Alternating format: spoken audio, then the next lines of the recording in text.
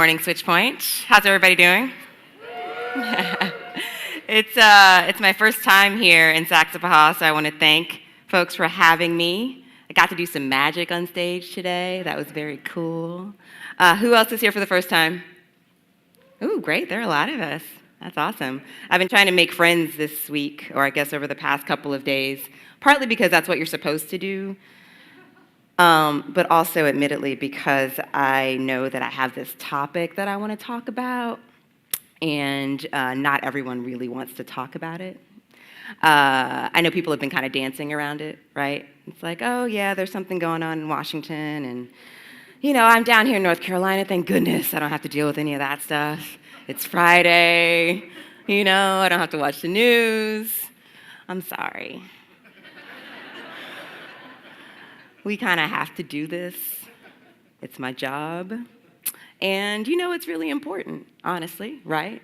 If we don't talk about it, we don't know what to do about it. And if we don't know what to do about it, then it's going to get done without us. So I can't promise it'll be easy, but I do know it'll be worth it. Is that okay? All right, thanks. So, November 8th, 2016. Anybody remember that day in history? Maybe November 9th, where you were the morning of. I remember where I was. I was in Austin, Texas.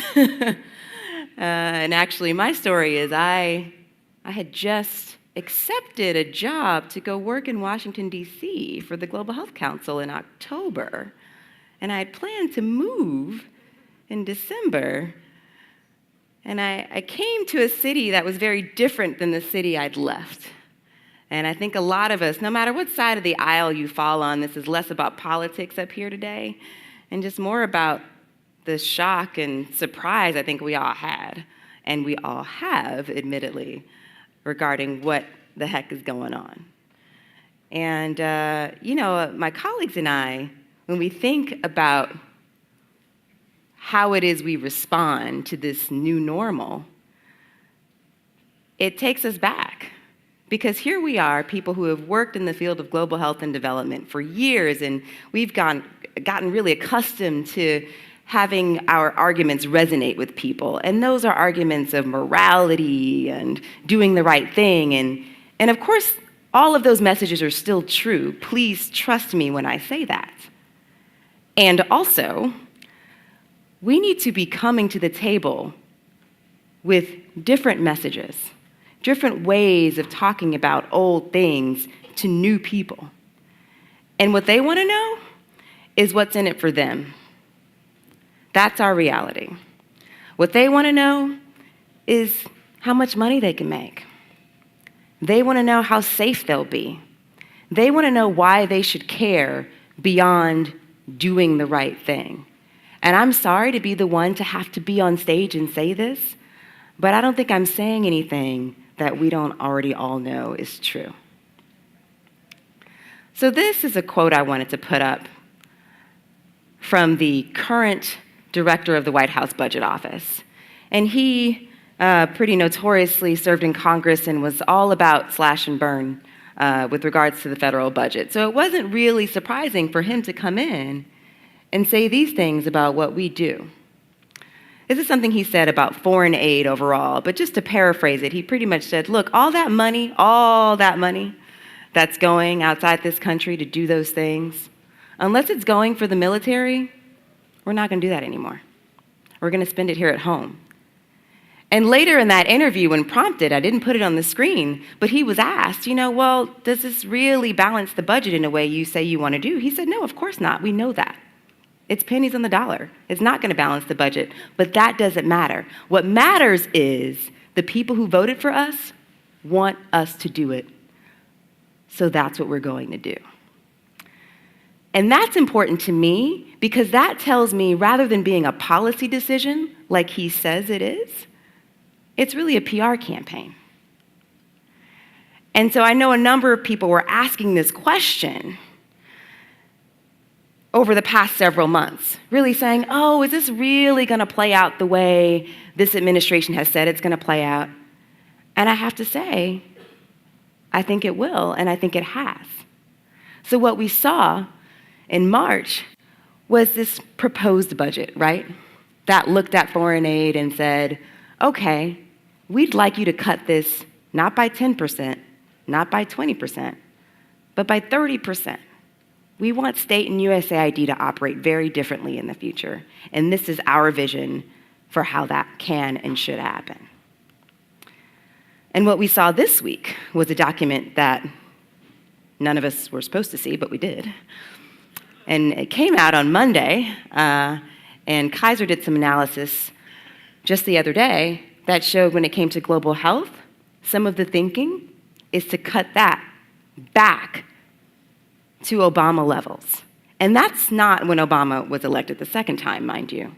Some of these programs and the numbers behind them that have been proposed take us back to 2008 levels. That's not a good thing. And so when people ask, will there be cuts?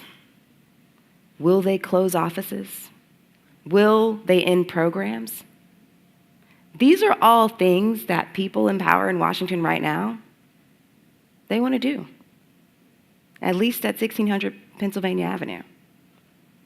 Now, there is Congress, and I want us to all have a lot of hope in Congress, because Congress does hold the power of the purse. We know that, right? And you have Congress who cares about programs like PEPFAR. And they continue to tell us, look, this is dead on arrival.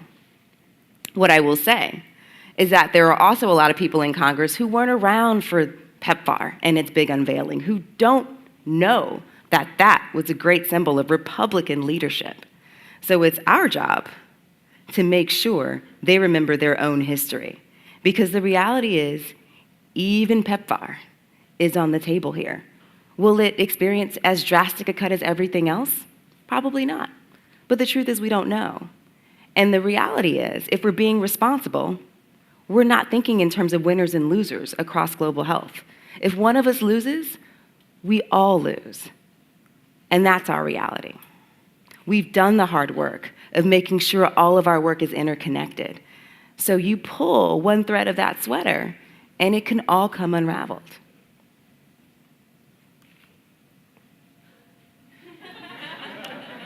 I know, and I still have 5 minutes left, too. But like I said, it won't be easy, but it'll be worth it. A couple of you have commented on my shirt today. I don't know if you can see it, but it says, "Hope shines brightest in the darkest moments." And so I wanted to stop and give you all a little bit of time to just reflect on what matters most to us. Go to your happy place. I know it's a lot to take in. But again, I don't think all is lost. And I wouldn't be up here talking to you today if I really thought all was lost. I could have not moved to Washington in December. I could have just told Global Health Council, you know what, it's going to be a little bit too hard. But that's not why we're all here, right? You're welcome. So the reality is, and the truth is, we've kind of been here before. And a lot of people in this room who've been doing this a lot longer than I've been, we remember when it wasn't as easy to talk about global health. You know, we weren't always the darling. Even with the 2000 election, there was a lot of anxiety around Bush coming into office and talking about the ABCs, oh my goodness. And then PEPFAR happened, which pretty much shocked everyone, I would say. And even before Bush and pre-PEPFAR, groups like Global Health Council were doing really the hard work of just getting a seat at the table, let alone getting dollars put towards our programs. So remember, we have the tools in our toolbox that we can dust off and deploy again. And they're simple tenets, right? This isn't necessarily rocket science. First of all, you gotta know what the heck is going on. You can take your breaks, don't get me wrong, but you need to stay up on what is happening to the extent it affects the work that you do. And it is great work. But what I tell people about what I do at Global Health Council is this. I represent the great work of people all over the world. And it's my job to make sure Congress and the White House and people at the UN put policies and funding in place so that you all can continue to do that fantastic work. So that's my job. What I want your job to be is to tell me about all that work you're doing, okay? I need you to stand up and speak up so that everyone can hear all of your stories. And I need us all to know that we're in this together. I need us all to hold hands across global health and across development and really say, okay, we are here in service to people all over the world, and it's our job to stand in solidarity on their behalf and speak truth to power. But this right here, that's not us, right? We don't get up every day and say, la, la, la, la, la. I mean, sometimes I do. Don't get me wrong, right? And then I put on my shirt and it's all good. But really, this isn't who we are. We're not people who back down from challenges.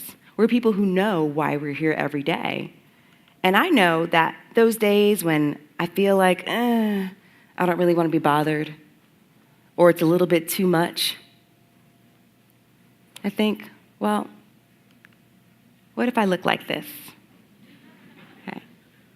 What if I just suit up and just face it head on? And I think we all have our capes and tights tucked away. And what I'm asking of all of you is to put those on with me and to make sure we all, together, don't do the easy thing, but do the thing that's worth it.